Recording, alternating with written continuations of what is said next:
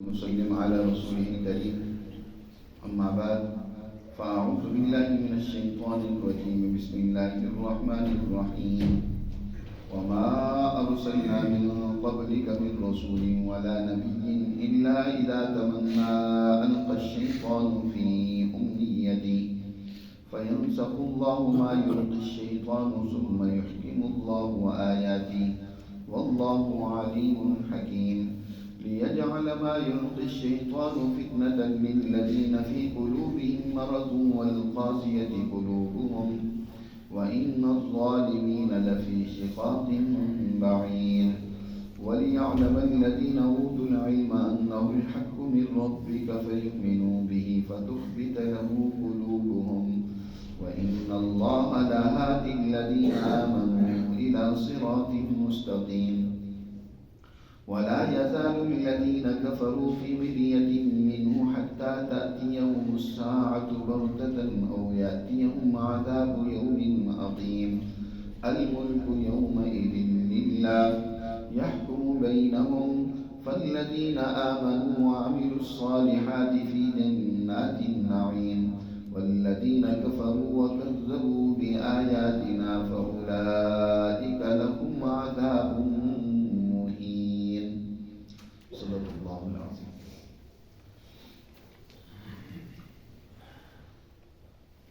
یہ سورۃ الحج کا اس کی آیات مبارکہ ہیں۔ اللہ سبحانہ و تعالیٰ نے ان آیات مبارکہ میں اس حقیقت کو واضح کیے ہیں کہ مسلمان جماعت دنیا میں اور اسی طرح آخرت میں یقیناً کامیاب ہوگی، لیکن یہ کامیابی کوئی پلیٹ میں آسانی سے رکھ کر نہیں دی جاتی۔ اس کے لیے بڑی مشکلات، طرح طرح کے مسائل اور بڑی پریشانیوں سے گزرنا پڑتا ہے۔ دنیا میں اس کے لیے کافی جدوجہد کرنی پڑتی ہے۔ ہمیشہ طاغوتی طاقتیں اور قوتیں سچی مسلمان جماعتوں کا مقابلہ کرتی رہی ہیں۔ ہر دور میں ہر پیغمبر اس کے مقابلے میں شیطانی قوتیں اس پیغمبر کی تعلیمات کو، ان کے مشن کو ناکام کرنے کے لیے کردار ادا کرتے ہیں۔ یہاں پر اسی حوالے سے اللہ نے اس بات کو واضح کیا اور فرمایا وَمَا أَرْسَلْنَا مِن قَبْلِكَ مِن رَّسُولٍ وَلَا نَبِيٍّ إِلَّا إِذَا تَمَنَّى أَلْقَى الشَّيْطَانُ فِي أُمْنِيَّتِهِ۔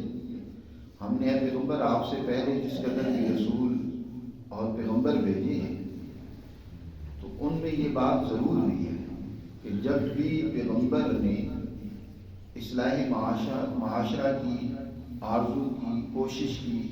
کہ معاشرے میں اصلاح ہو، خرابیاں دور ہوں، جرائم ختم ہوں، تو شیطان نے القى الشیطان فی امنیتی، شیطان نے ان کی اس خواہش اور آرزو کے درمیان وسوسے ڈالے، رکاوٹیں پیدا کی۔ القى الشیطان فی امنیتی فینسخ اللہ، لیکن ہوتا کیا ہے کہ پیغمبر اپنی اس استقامت کے ساتھ اپنی جدوجہد کو جاری رکھتے ہیں، وہ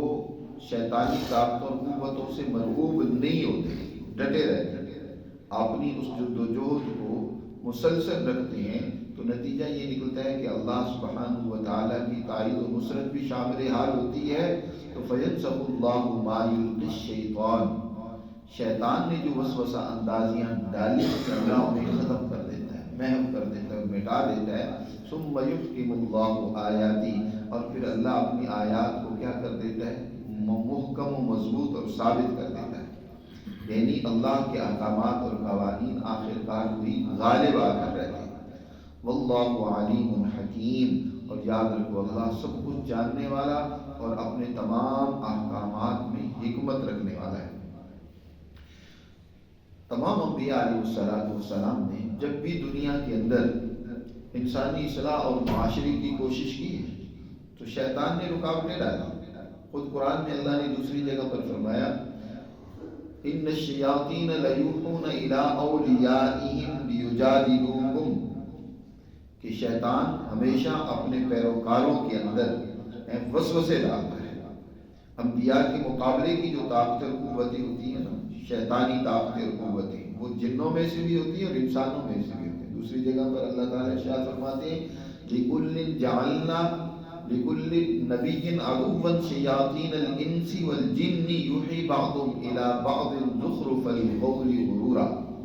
ہر نبی کے دشمن رہے شیطان قسم کے لوگ، چاہے وہ انسانوں میں سے ہوں چاہے وہ جنوں میں سے ہوں، وہ یوحی بعضهم الی بعض زخرف القول غرورا، وہ ایک دوسرے کے دلوں میں باتیں بڑی بنا سنوار کر دلوں میں ڈالتے ہیں، پروپیگنڈے کرتے ہیں، لوگوں کو اپنا ہم خیال بنانے کے لیے طرح طرح کے لوگوں کے دلوں میں وسوسے ڈالتے ہیں۔ مثال کے طور پر نبی کریم صلی اللہ علیہ وسلم نے جب فرمایا کہ جو جانور مردار ہوتا ہے، خود مر گیا، خون اس کے اندر رہ گیا، تو وہ انسان کے لیے اس کا استعمال حرام ہے۔ ہم مشرکین نے اسی کو پروپیگنڈے کا ذریعہ بنا دیا کہ دیکھو یہ عجیب بات ہے، انسان اگر خود مارتا ہے تو کہتے ہیں وہ حلال ہے، اور ایک جانور کو اللہ میاں نے مار دیا تو حرام ہو گیا۔ جو اپنی موت خود مر گیا، اللہ نے یہ اس کو مار دیا تو کیا وہ حرام ہو گیا، اور جس کو انسان خود مارتا ہے تو وہ حلال ہو گیا؟ یہ کیسی بات کرتے ہیں؟ اس طرح کے پروپیگنڈے بات کو پیغمبر ایک بات سمجھاتے ہیں، ایک خاص حکمت اور پس منظر میں اس کو مروڑ توڑ کر اس انداز سے پیش کریں گے کہ لوگوں کو گمراہ کرنے کی کوشش کریں گے۔ اس کو کہتے ہیں یلقی الشیطان فی امنیتی، شیطان اپنی وسوسے ڈالتا ہے، خیالات پیدا کرتا ہے طرح طرح کے لوگوں کے دلوں میں، اور پیغمبر کے خلاف پروپیگنڈا کیا جاتا ہے۔ یا اسی طرح نبی کریم صلی اللہ علیہ وسلم نے جب فرمایا کہ دیکھو سود حرام ہے، اس سے معاشرے کے اندر کیا ہے، دولت کا ارتکاز ہو جاتا ہے، بغیر محنت کے دولت ایک جگہ پر جمع ہو جاتی ہے۔ چاہیے تو یہ نا کہ دولت محنت کی بقدر تقسیم ہو، جتنی کوئی محنت کرتا ہے اس کی بقدر اس کو دولت ملنی چاہیے۔ اور سود پہ کاروبار کرنے والا انسان وہ محنت کوئی نہیں کر رہا، محنت کوئی اور کر رہا ہے، اور یہ بیٹھے بیٹھا ہے اس کی محنت کا استحصال کر رہا ہے۔ اس لیے آپ صلی اللہ علیہ وسلم نے اور خود قرآن نے سود کو حرام قرار دیا۔ اب ان کو یہ بھی بات کیا ہے، پروپیگنڈے کے طور پر انہوں نے اس کو لے لیا اور کہنے لگے کہ یہ دیکھو ایک آدمی کاروبار کرتا ہے، خرید و فروخت کرتا ہے، تو وہ بھی کیا ہے، نفع کما رہا ہے، وہ دیکھو وہ نفع تو حلال ہو گیا، اور یہ جو آدمی اپنا پیسہ لگا کر پیسہ بنا رہا ہے یہ نفع حرام ہو گیا۔ انما البیع مثل الربا، یہ خرید و فروخت کرنا، کاروبار کرنا، وہ بھی تو ربا کی طرح ہے، سود کی طرح ہے، دونوں میں کیا فرق ہے؟ وہاں بھی وہ نفع لے رہا ہے اور یہاں بھی نفع لے رہا ہے۔ تو اس طرح وہ اللہ کی آیات و احکامات میں عجیب و غریب پروپیگنڈے کر کے وسوسے شیطان ان کے ذہنوں میں ڈالتا، اور اس طریقے سے وہ لوگوں کو گمراہ کرتے، اور وقت کے پیغمبر، انبیاء اور اسی طرح رسولوں کی مزاحمت کرتے، ان کو ذکر کرنے کی کوشش کرتے۔ قرآن نے اسی بات کو کہا کہ اے پیغمبر آپ سے پہلے بھی جس قدر ہم نے رسول اور پیغمبر بھیجے ہیں، جب بھی انہوں نے اصلاح معاشرہ کی کوشش کی ہے نا، تو شیطان نے ضرور رخنہ اندازیاں کی، وسوسے ڈالے۔ اور یہ بھی ہے کہ پیغمبر پر بھی شیطانوں نے کوشش کی ہے وسوسے ڈالنے کی، لیکن ان کے اثرات پیغمبروں پر نہیں چل سکے۔ مثلا نبی کریم صلی اللہ علیہ وسلم نے ارشاد فرمایا نا، کوئی دنیا میں ایسا نہیں ہے جس پر شیطان ایک مقرر نہ ہو گیا ہو، اور اس شیطان نے کوشش کی ہے کہ جو بھی میرا جس کے اوپر میں مقرر ہوں نا، اس کو اپنے قابو میں کروں۔ تو جب حضور نے یہ بات بیان فرمائی تو بعض صحابہ نے حضور سے سوال کیا، کیا اللہ کے رسول آپ کے ساتھ بھی شیطان مقرر ہوا؟ آپ صلی اللہ علیہ وسلم نے ارشاد فرمایا نعم ولکنہ اسلم، ہاں میرے اوپر بھی تھا شیطان، اس نے بھی بڑی کوشش کی، لیکن میرا شیطان اس کا میرے اوپر قابو نہیں چل سکا، وہ بلکہ بے بس ہو گیا۔ یہ مطلب نہیں کہ اس نے کوشش ہی نہیں کی، اس نے کوشش کی، لیکن حضور صلی اللہ علیہ وسلم کی طاقت، قوت روحانی اتنی غالب تھی کہ اس کا اثر ہو ہی نہیں، اور وہ کوشش کرتا ہے ناکام ہو جاتا ہے۔ تو اسی کو قرآن بیان فرما رہا ہے کہ شیطان کوشش کرتا ہے، پیغمبر کے راستے میں بھی وہ کوشش کرتا ہے، اپنی وسوسے ڈالتا ہے، وہ اپنی پوری مزاحمت کرتا ہے۔ شیطان نے تو اول دن سے قسم کھا رکھی ہے نا، اس نے کہا فَبِعِزَّتِكَ لَأُغْوِيَنَّهُمْ أَجْمَعِينَ، تیری عزت کی قسم میں تیرے بندوں کو تیرے راستے سے ضرور ہٹا کر چھوڑا، إِلَّا عِبَادَكَ مِنْهُمُ الْمُخْلَصِينَ، لیکن وہ بھی جانتا ہے تیرے مخلص بندے میرے قابو میں نہیں آئیں گے، وہ مجھ سے بچیں گے۔ تو انبیاء سے زیادہ مخلص تو کوئی نہیں ہوتا. شیطان ان پر بھی کوشش کرتا ہے لیکن وہ شیطانی وسوسہ اندازیوں کو سمجھتے ہیں اور وہ اس طریقے سے شیطان کو ناکام کر دیتے ہیں. وہ ذلیل و رسوا ہوتا ہے. فَيَنْسَخُ اللَّهُ مَا يُلْقِي الشَّيْطَانُ ثُمَّ يُحْكِمُ اللَّهُ آيَاتِهِ. آخر کار پیغمبر کی کئی مشن دنیا میں قائم اور غالب ہو کر رہتا ہے اور شیطانی مکر و فریب، وہ دشمنوں کا دجل، وہ جھوٹ اور پروپیگنڈا وہ آخر مٹ کر رہتا ہے. جیسے مکہ کے مشرکوں نے کتنی کوشش اور مزاحمت کی حضور صلی اللہ علیہ وسلم کی لیکن آخر کار ناکام ہوئے. اور دوسری بات کہ قرآن نے یہ شیطانی وسوسہ اندازی کی حکمت کے طور پر یہاں بیان فرمائی ہے کہ شیطان کو جو یہ اثر ڈالنے کا اللہ نے ایک درجے میں اختیار دیا ہے، وہ لوگوں کو گمراہ کرنے کی کوشش کرتا ہے. کس لیے؟ فرمایا لِيَجْعَلَ مَا يُلْقِي الشَّيْطَانُ فِتْنَةً لِلَّذِينَ فِي قُلُوبِهِم مَرَضٌ وَالْقَاسِيَةِ قُلُوبُهُم. یہ اس لیے کہ شیطان جو ہے وہ جب لوگوں کے دلوں میں وسوسہ ڈالتا ہے تو جن لوگوں کے دلوں میں بیماریاں ہوتی ہیں، روگ، جن کے دل روگی ہیں پہلے سے، ان کے اندر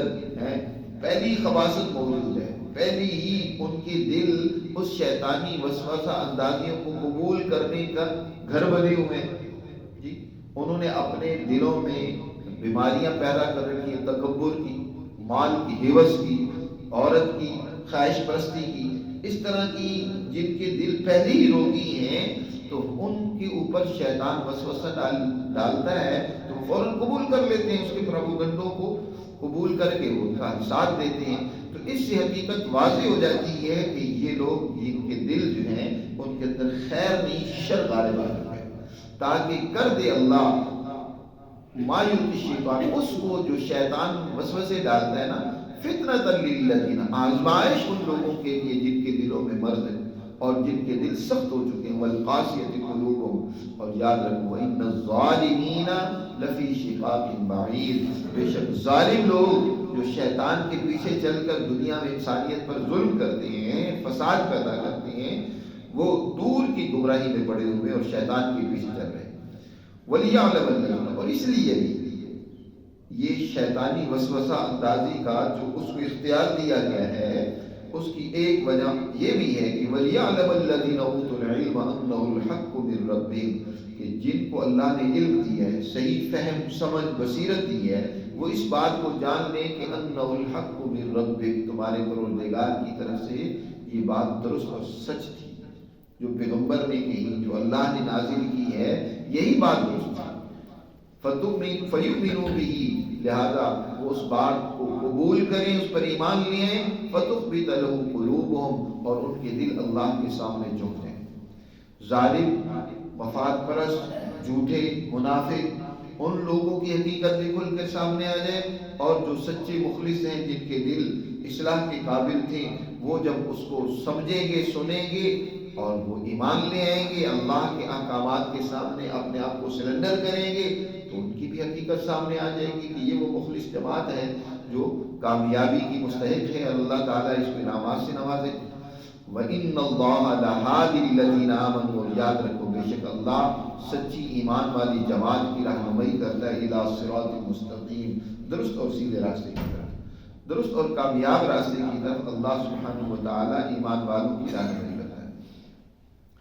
وَلَا يَزَالُ الَّذِينَ كَفَرُوا، اور جو ایمان والوں کو تو درست راستہ ملتا ہے،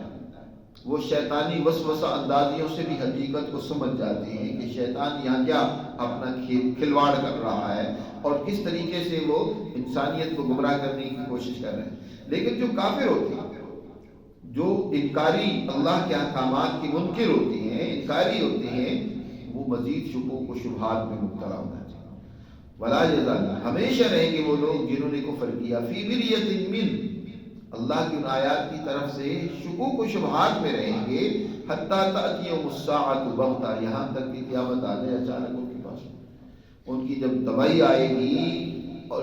یا قیامت آئے گی، اس وقت ان کی آنکھیں کھلیں گی بغتۃ، او یأتیہم عذاب یوم عقیم، یا ان کے پاس ایسا عذاب آ جائے یوم عقیم جو بڑی سخت منحوس دن ہے، اس دن کا عذاب ان کے اوپر آ جائے. عقیم کہتے ہیں ایسی عورت کو جو بال ہوتی ہے جس کی اولاد نہیں ہوتی. اسی طرح اس دن کو بھی عقیم کہا جاتا ہے جس کے بعد کوئی دن نہیں آتا، یعنی قیامت کا دن، قیامت جب آئے گی تو اس کے بعد یہ یوم اللیل کا نظام اور سلسلہ ختم ہو جائے گا۔ تو اس دن کا عذاب جو ہے جب تک نہ آ جائے نہیں سمجھ نہیں آئے گی، یہ عقل نہیں لے گی، یعنی اسی اپنے ظلم پر کفر پر قائم رہے گی۔ وہ دن جو ہوگا نا، الملک یومئذ للہ، یاد رکھو اس دن بادشاہ تو صرف اللہ ہی کی ہوگی، اللہ کی حکمرانی ہوگی۔ دنیا میں بھی اللہ کی حکمرانی ہے، لیکن دنیا میں اللہ نے بندوں کو اختیار دیا ہے، کیونکہ یہ دنیا دار الامتحان ہے۔ اللہ نے یہاں ہر ایک کو اختیار دیا اپنی مرضی سے پرچہ حل کرو، کوئی غلط طریقے سے حل کرنا چاہتا ہے تو اللہ نے اس کو اختیار دیا۔ تو یہاں کچھ جو حکمران ہیں اس اختیار کی بنیاد پر کیا کرتے ہیں؟ ظلم کرتے ہیں، فساد کرتے ہیں، اپنے اس عہدے کا غلط استعمال کرتے ہیں اور سمجھتے ہیں کہ ہمارے جیسا کوئی نہیں، جی ہم چنا دیگرے نے، ہمارے جیسا کوئی ڈنگر اور ہے ہی نہیں۔ تو آج دنیا میں ایسے حکمران، ظالم حکمران، وہ اپنی طاقت کا غلط استعمال کرتے ہیں، لیکن کل قیامت کے دن وہ سب گنگے ہوں گے، کسی کی کوئی بس نہیں چلے گی۔ وہاں تو اختیارات اللہ سلب کر لے گا، اور اللہ کا جلال اور ہیبت ایسی ہوگی کہ کسی کو بات کرنے کی بھی جرت نہیں ہوگی۔ فرمایا الملک یومئذ للہ یحکم بینہم، اس دن اللہ کی حکمرانی ہوگی اور اللہ ان کے درمیان میں حق کی بنیاد پر فیصلہ کرے گا۔ جیسے اعمال ہوں گے نا ان کے مطابق فیصلہ ہوگا، لہذا جو ایمان والے تھے اس کے مطابق جن کے عمل ہیں، جنہوں نے درست اعمال کیے، عمل کیے، وعملوا الصالحات فی جنات النعیم، وہ تو اللہ کے فضل سے جنت کی باغوں میں ہوں گے، نعمتوں میں ہوں گے۔ یہاں فی جنات النعیم یہ خبر ہے فالذین آمنوا وعملوا الصالحات کی، اور اس کے مقابلے میں والذین کفروا وکذبوا بآیاتنا، جنہوں نے اللہ کا انکار کیا اور ہماری آیات کو جھٹلایا، فاولئک لهم عذاب مہین، ان کے لیے عذاب ہوگا ذلیل و رسوا کرنے والا۔ تو یہاں فاولئک لهم عذاب مہین بھی خبر ہے والذین کفروا کی، لیکن یہاں فا لائی گئی ہے اور وہاں فانی ہے فی جنات النعیم میں، اس حقیقت کو واضح کرنے کے لیے کہ جو سچی مسلمان جماعت کو جنتوں کی نعمتیں ملیں گی نا، یہ بھی اللہ کا فضل ہوگا، اللہ اپنے فضل سے انعامات انہیں بہت بڑے وافر مقدار میں عطا کرے گا، اور جو کافروں اور ظالموں کو سزا ملے گی نا، یہ ان کی بدعملی کا نتیجہ ہوگا،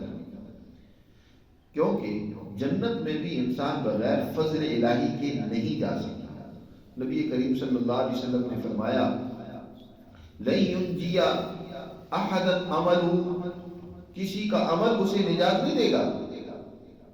عمل سے انسان عمل پر غرہ کرنے لگ پڑے کہ میں اتنی نمازیں پڑھتا ہوں، اتنے اعمال کرتا ہوں، میرے عمل جو ہیں اتنے ہیں کہ میں جنت میں چلا جاؤں گا۔ حضور صلی اللہ علیہ وسلم فرمایا نہیں، عمل کامیابی کا باعث نہیں بنے گا۔ صحابہ نے کہا کہ اللہ کے رسول ولا انت، کیا آپ کا عمل بھی آپ کے لیے نجات کا ذریعہ نہیں بنے گا؟ تو آپ صلی اللہ علیہ وسلم نے فرمایا نعم الا ان یتغمدنی اللہ برحمت منہ وفضل، ہاں میرا عمل بھی میری نجات کا ذریعہ نہیں بنے گا جب تک اللہ کا فضل میرے شامل حال نہیں ہوگا۔ اللہ کی رحمت اور فضل ہی شامل حال ہوگی تو تب میری بھی تب ہی نجات ہوگی۔ تو آخرت میں نجات ہر ایک انسان کی وہ محض فضل الہی کا نتیجہ ہوگی، وگرنہ انسانی عمل ہے، اگر اچھا عمل بھی کوئی کرتا ہے تو اس کی کیا قیمت ہے؟ وہ ایک واقعہ ہے نا کہ ایک بہت بڑا عابد، بزرگ، زاہد، پہلی قوموں میں سے، پہلی قوموں کی عمریں بھی کافی طویل ہوا کرتی تھی، تو اس نے رہبانیت اختیار کر لی، گھر بار کو سب کچھ چھوڑ کر اللہ کی عبادت میں اس نے جنگل کا رخ کیا، اور اس نے جنگل میں خیمہ لگایا اور وہاں ہر وقت اللہ کی عبادت میں لگا رہتا، رات دن اللہ کی عبادت میں،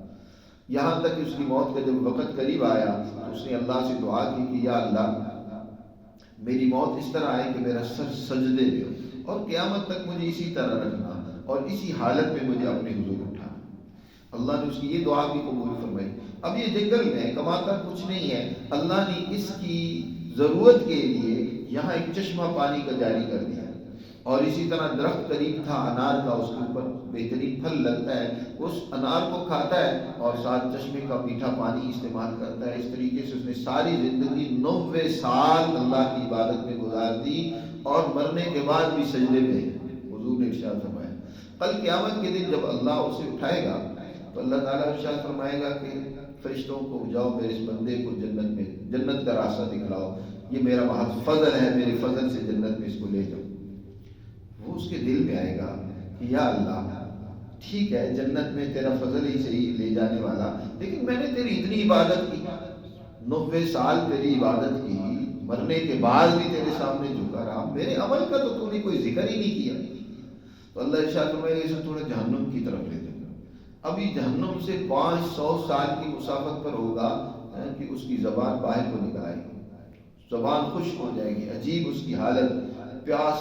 کی وجہ سے اس کی حالت بیزار ہو جائے گی اور وہ پانی مانگے گا۔ ایک غیب سے پیالہ نمودار ہوگا اور کہا جائے گا کہ اس میں پانی ہے لیکن یہ مفت نہیں ملے گا، اس کی کچھ قیمت ہے۔ وہ کہے گا کیا قیمت ہے؟ میرے پاس تو یہاں کچھ بھی نہیں ہے۔ انہوں نے کہا آپ کے پاس ہے، اگر آپ نے یہ پانی کا پیالہ لینا ہے تو آپ کے پاس 90 سال یا 100 سال کی عبادت ہے، وہ ہمیں دے دو اور یہ پانی کا پیالہ لے لو۔ پیاس سے اتنا وہ زیادہ بےتاب اور پریشان ہوگا کہ وہ اپنی 90 سال کی عبادت بھی دے دے گا، کہے گا کہ ہاں میرے پاس ہے، وہ لے لو اور پانی کا پیالہ دو۔ اب پانی اس کو مل جائے گا، پی لے گا۔ اللہ ارشاد فرمائے گا اس کو واپس لے۔ اب وہ جب واپس آئے گا تو اللہ تعالیٰ پوچھے گا کہ بتا تیری عبادت کہاں گئی، جس کا تو